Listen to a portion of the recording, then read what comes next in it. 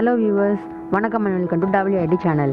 இன்றைக்கி நம்ம சேனலில் எதை பற்றி பார்க்க போகிறோன்னு பார்த்தீங்கன்னா, வாசல் பெருக்குதல் அதோட விளக்கத்தை பற்றி தான் பார்க்க போகிறோம். வாங்க வீடியோக்குள்ளே போகலாம். இந்த வீடியோ உங்களுக்கு பிடிச்சிருந்தா மறக்காமல் லைக் பண்ணுங்கள், சோஷியல் டிஸ்டன்ஸோடு ஷேர் பண்ணுங்கள், சானிடைசர் போட்டு சப்ஸ்கிரைப் பண்ணுங்கள், கழுவிய கைகளால் பெல் பட்டன் கிளிக் பண்ணுங்கள்.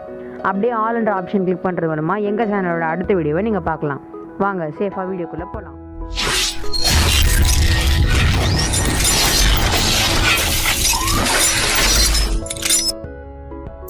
சூரியன் தோன்றும் போதே அதோட கிரகங்களும் தோன்றி அது பூமியை தாக்குது.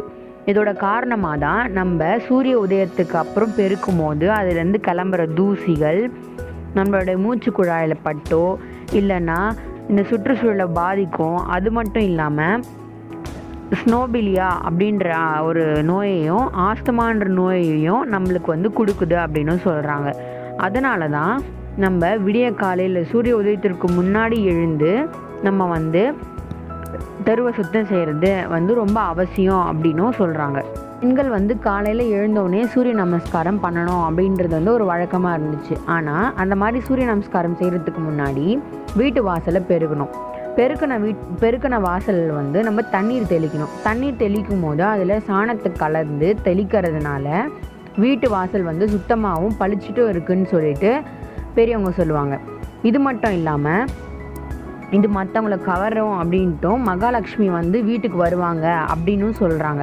இது மாதிரி பெரியவங்க நிறைய பேர் சொல்லி நீங்கள் கேள்விப்பட்டிருப்பீங்க. ஆனால் இதன் உள்ளடக்கம் என்ன அப்படின்றத பார்க்கும்போது இதோட காரணமாக ஒவ்வொரு பெண்ணும் சூரிய உதயத்துக்கு முன்னாடி எழுஞ்சிக்கிற பழக்கம் அவங்களுக்கு உண்டாகணும் அப்படின்றதுக்காகவும் இந்த மாதிரி எழுந்துக்கிறதுனால உடல் ரொம்ப புது தெம்பாகவும் சுறுசுறுப்பாகவும் ஆரோக்கியமாகவும் இருக்குது அப்படின்னு சொல்கிறாங்க.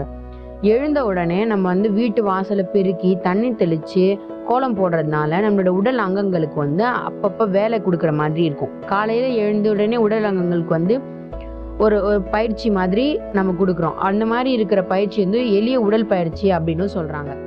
அது மட்டும் இல்லாமல் சாணம் கலந்த தண்ணீரை தெளிக்கிறதுனால மனிதருக்கு நல்ல பற்பல வியாதிகள் வர்றதை தடுக்குது.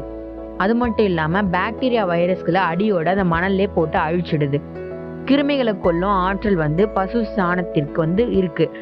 மேலும் பூமியானது ரொம்ப திடப்பட்டு வாசல் ரொம்ப அழகாக இருக்கும் அப்படின்றதையும் சொல்ல வராங்க. ஸோ ஃப்ரெண்ட்ஸ், இந்த வீடியோ உங்களுக்கு பிடிச்சிருந்தா மறக்காமல் லைக் பண்ணுங்கள், சோஷியல் டிஸ்டன்ஸோடு ஷேர் பண்ணுங்கள், சானிடைசர் போட்டு சப்ஸ்கிரைப் பண்ணுங்கள், கழுவிய கைகால பெல் பட்டன் கிளிக் பண்ணுங்கள். அதோட ஆல் என்ற ஆப்ஷன் கிளிக் பண்ணுறது மூலமாக எங்கள் சேனலோட அடுத்த வீடியோவை நீங்கள் பார்க்கலாம்.